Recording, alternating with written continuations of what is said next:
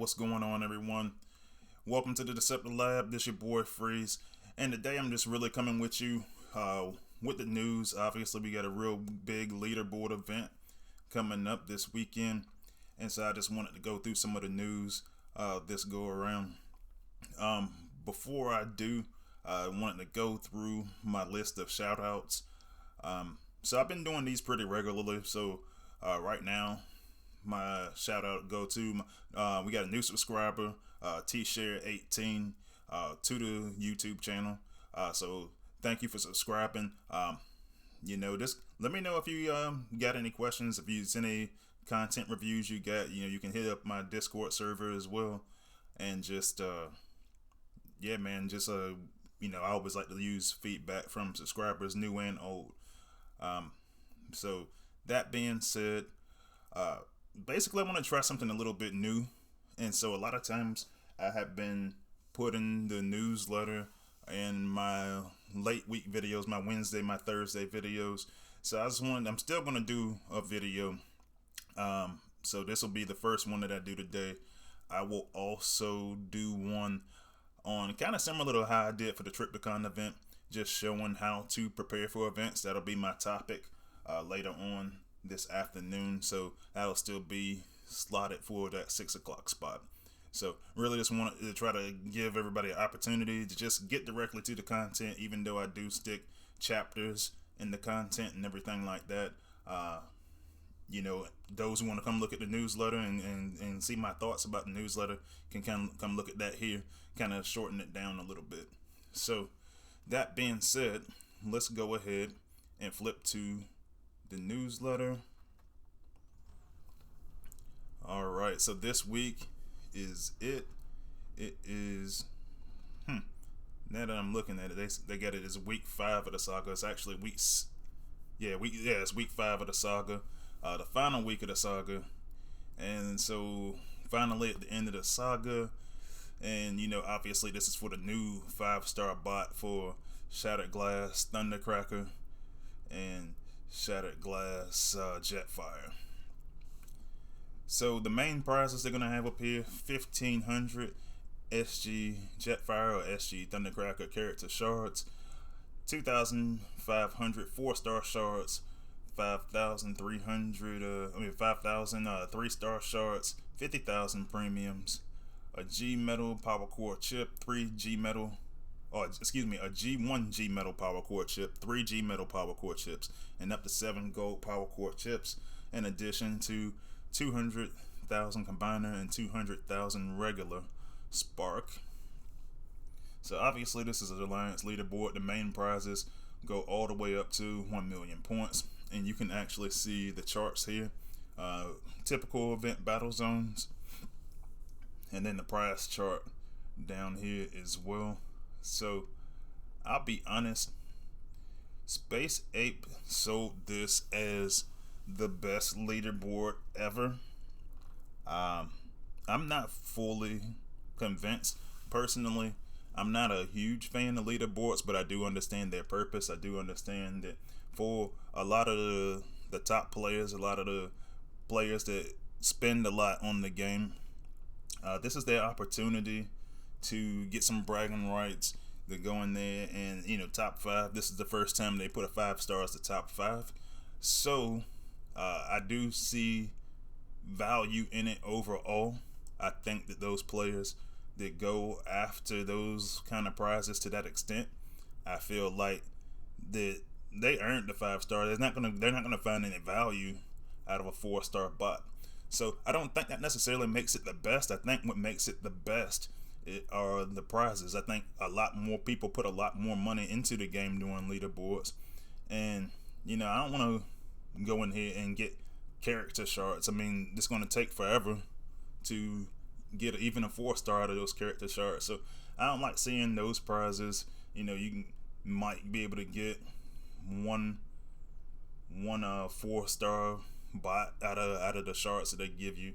I mean, the prizes to me, honestly, aren't that good when you try to go label it as the best leaderboard ever. The only thing that's really changing is top 5 getting that 5-star, and then next 5 after that, 6 through 10, getting that 4-star. But either way, I'm going to be in it for the spark. I'm going to be in it for just getting together with my team and making sure that we get, obviously get the 1 mil. But I had a lot more players when I was organizing to go to say, hey, we going for event completion, as opposed to getting more so the leaderboard rewards. I mean, I think the leaderboard rewards for most people outside of that top 10 are okay at best.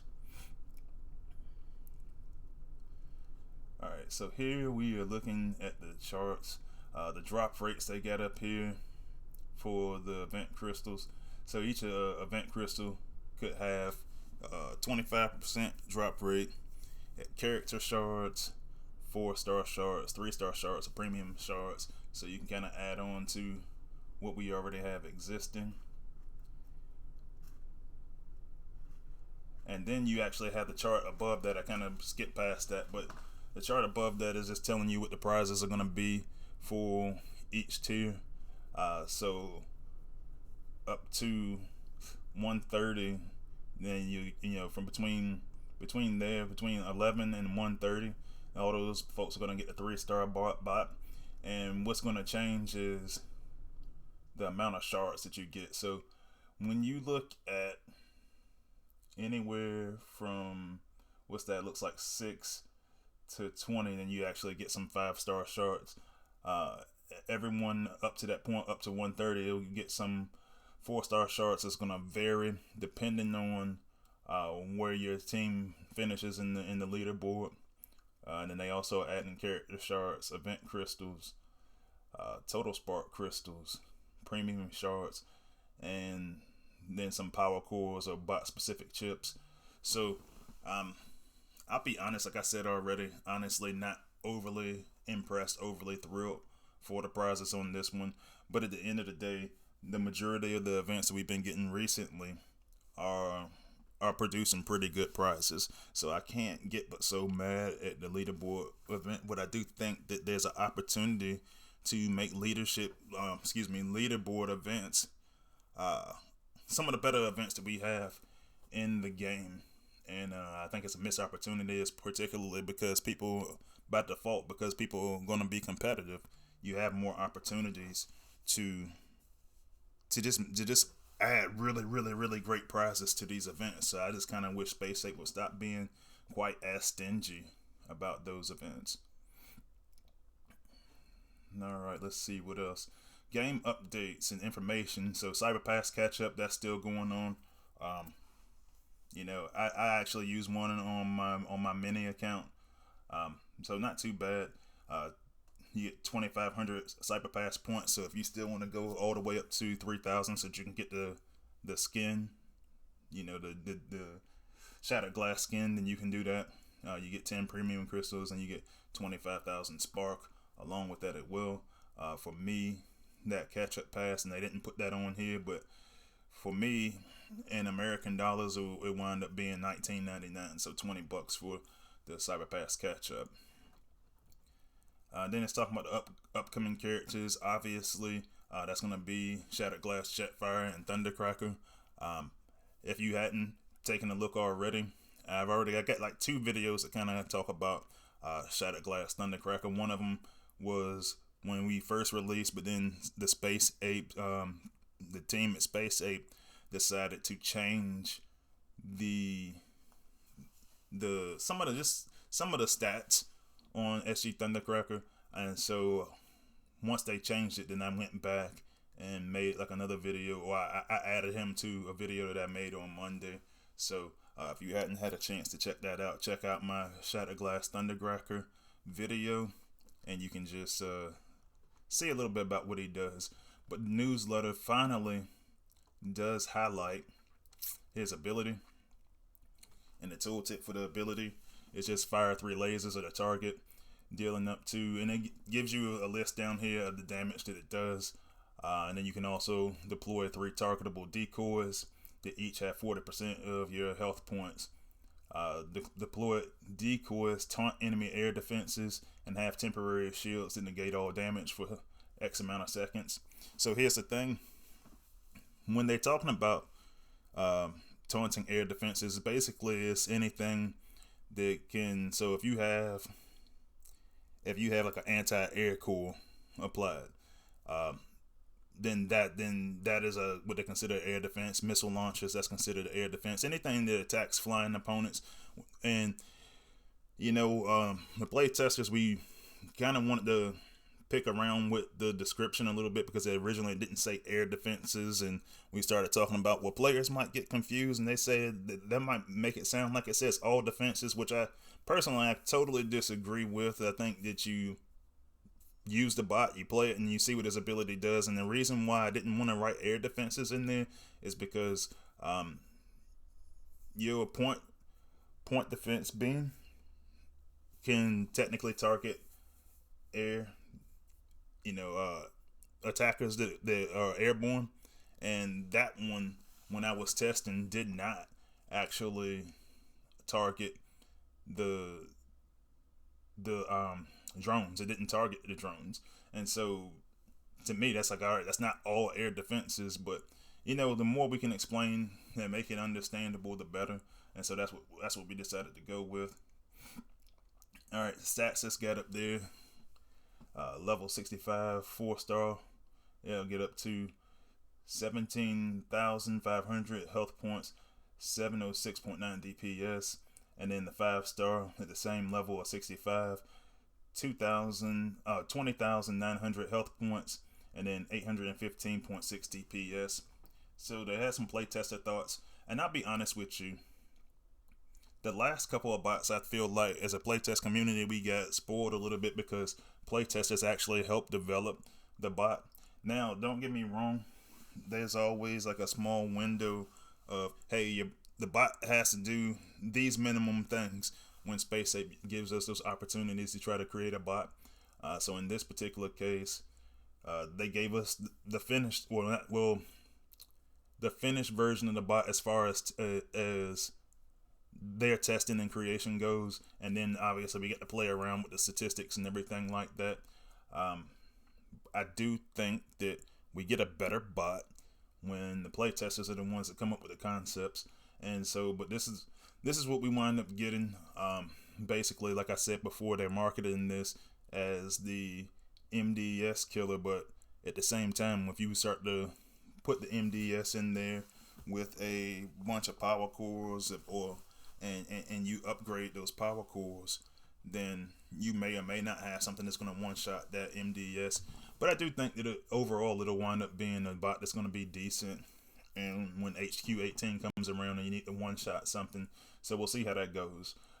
Me personally, I did get to play around a little bit with the decoys because the decoys I felt like were completely ineffective with the first version that we were given for testing. And then I was able to have them deploy forward and soak up some of that damage from the bot so that the bot wouldn't die as easily.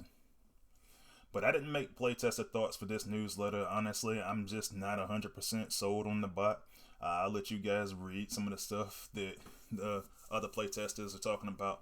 And so Texas Hammer was saying that he had high hopes of finally seeing a 5-star bot as a reward. And then he saw his max stats and health and ability damage, and he said he was pretty amazed at first. This is exactly what we needed to head in the direction of HQ18. But then the biggest thing for this one was the cost. The cost was 5+7, then it went down to 5+6 and went back to 5+7, and then finally the numbers got adjusted by SpaceApe and they settled on 5+6. And so yeah, I mean, yeah, he can be pretty decent. But then one of the points, like Texas Hammer making the same point that I was making, is that once you get into cyber or prime leagues, and if you get a good base design and good power core choices, then it might not be as effective. So if we're trying to go build like a bot, like a meta type bot, and then maybe it's not as much value as you see in those higher war leagues. And I feel like in a leaderboard event, that's probably typically going to be some of your top players that are going to win that in the leaderboard. So to wrap it up, Texas Hammer said, "Hey, it had a potential to be a breaking bot, and he would have chased it, but it's not. It's not a groundbreaking bot. So he's like, he's dropping out of the top 5, and so I totally agree with him on that. It's a good bot. It's not an iconic bot. It's not something that you put as a prize. I feel like for the leaderboard, for anybody that's putting in $200, $300 to try to go put up those big points, losing time, time sleeping, time with family and stuff for a whole weekend. I can't say that it's worth that, but we'll see how it goes going forward. Tex also gave us some statistics, and and he makes the graphics like he typically does. So that's what they have for SG Jetfire. And actually, honestly, I'd like to see if there's anybody out there that like does any graphics design or anything like that. Like I know I have the areas that I use, the apps that I use to go build charts like this. But I honestly want to start building similar graphics with the numbers, and then actually have like the Decepticon counterpart up there. So for us, we would have Shattered Glass Thundercracker up there, just in the pictures. But you can see the stats, and it's basically looking at the base health points, and then what you get with the Titan perk, what you get with a 25% war buff, shield generator, and it's basically looking at targeting the MDS when they look at all these stats. And so you can see that and when you go add to your 20% to the max, then it's going to be a little bit more powerful. So the max MDS health buff would be 20%. That pushes you up to 16,669 for the MDS health, and then you can add the other perks that you might have to the MDS. So if you get a chance, check that out. I always keep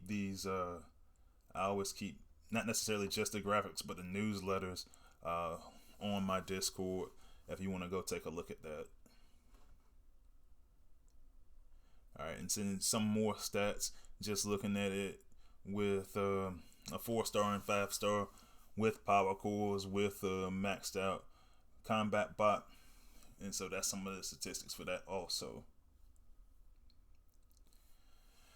Alright, so more playtester comments. Jetfire says, hey, it's got a great name. Obviously, a guy named Jetfire is going to say that. I actually picked with him a little bit about that in the playtester Discord. But he was just saying, look great on paper. But same thing, same complaint, high cost, right?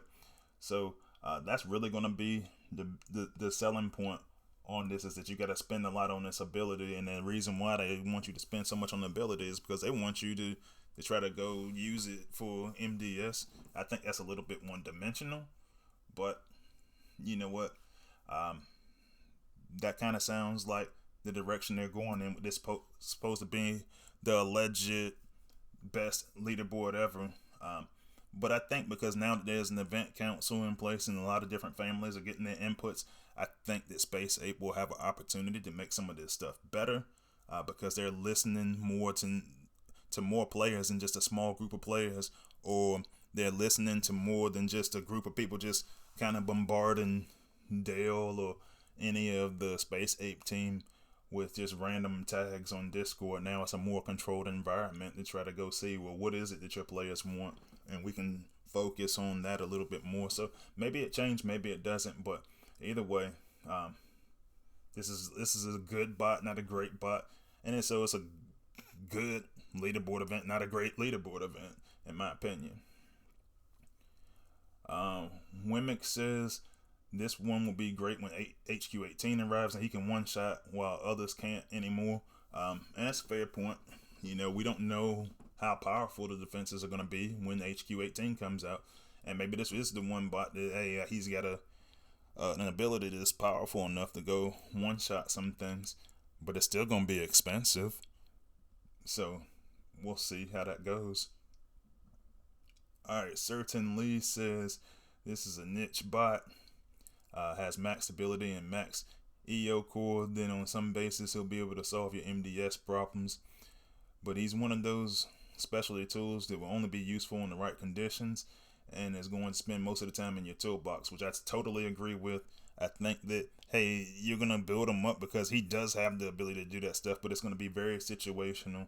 Like maybe he's one of those bots that I think if you get like front loaded and you need to focus on some other stuff, so you need to get rid of that MDS, then maybe you use him. But I don't know. I mean, as much as I tested him, I just didn't feel the need to use his ability that much because he was just so costly.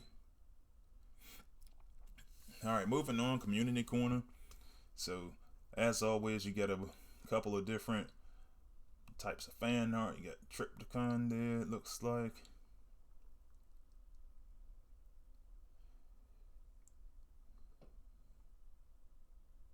And let's see. So yeah, a couple different things of fan art. Content creators got a couple new videos out. And I actually checked out the podcast. You know, Frankster, Arrow, DJ Hart won there, and they got to talk with Dale and Astria a little bit. So if you hadn't seen that one, pretty good one. And then Sunstreak Awaza has a couple of videos out on event preparation. I'm actually going to do one of those myself. So last time that we had the Triptychon event, I did one, but that was before I went and got all my new setup, my new studio stuff, new equipment, new computer.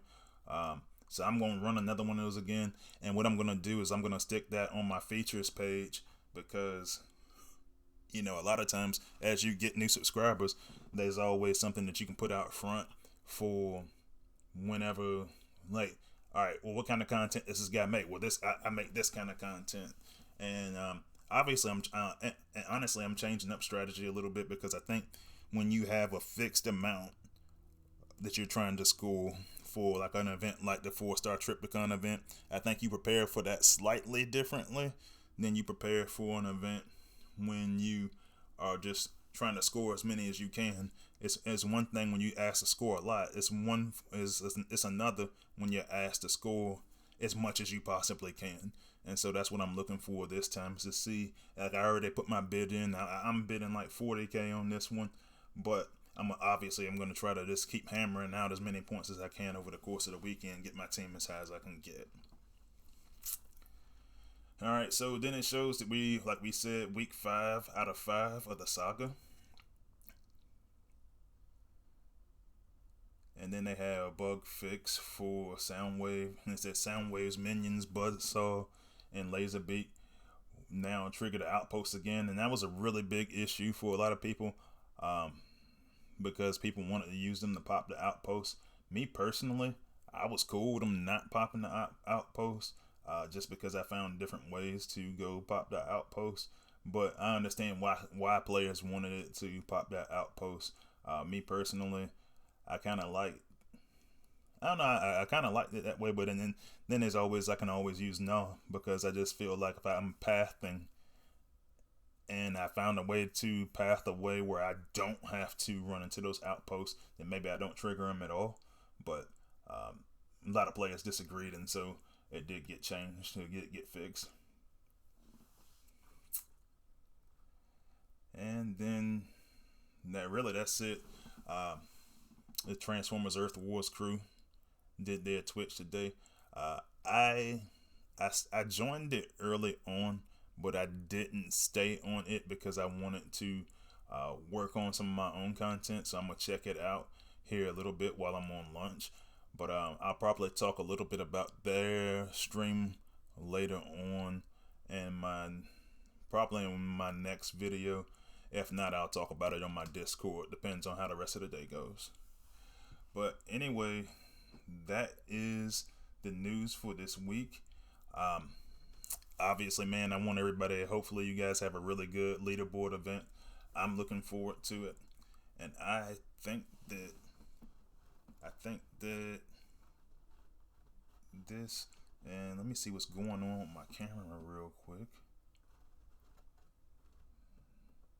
It seemed to lost camera. There we go.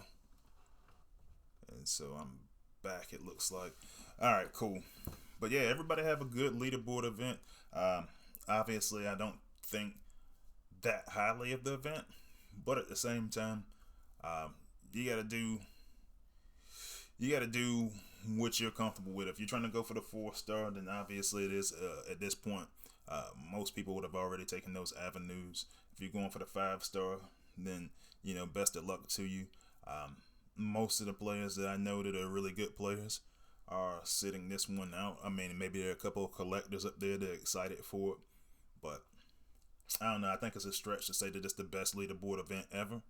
So we'll see how it goes. I'll be keeping tabs on what's going on. I know they always have the leaderboard Discord, the updates. So I'll be taking a look at that and see how that goes. But honestly, man, I'm gonna go ahead and roll out. Let me know what you think about me just doing the news segment separately. Like I said, I didn't want to take 15, 20, 30 minutes out of a regular video where I could be running content to just talk about news that you may have already read in your regular emails or anything like that. So, but anyway, until later on today, like I said, I will be running at 6 p.m. Eastern Time, 11 p.m. UTC. I will be running my video regarding how I'm preparing, how I personally am preparing for leaderboard. So I'll see you then, and I'll see you on the battlefield. Freezy is out.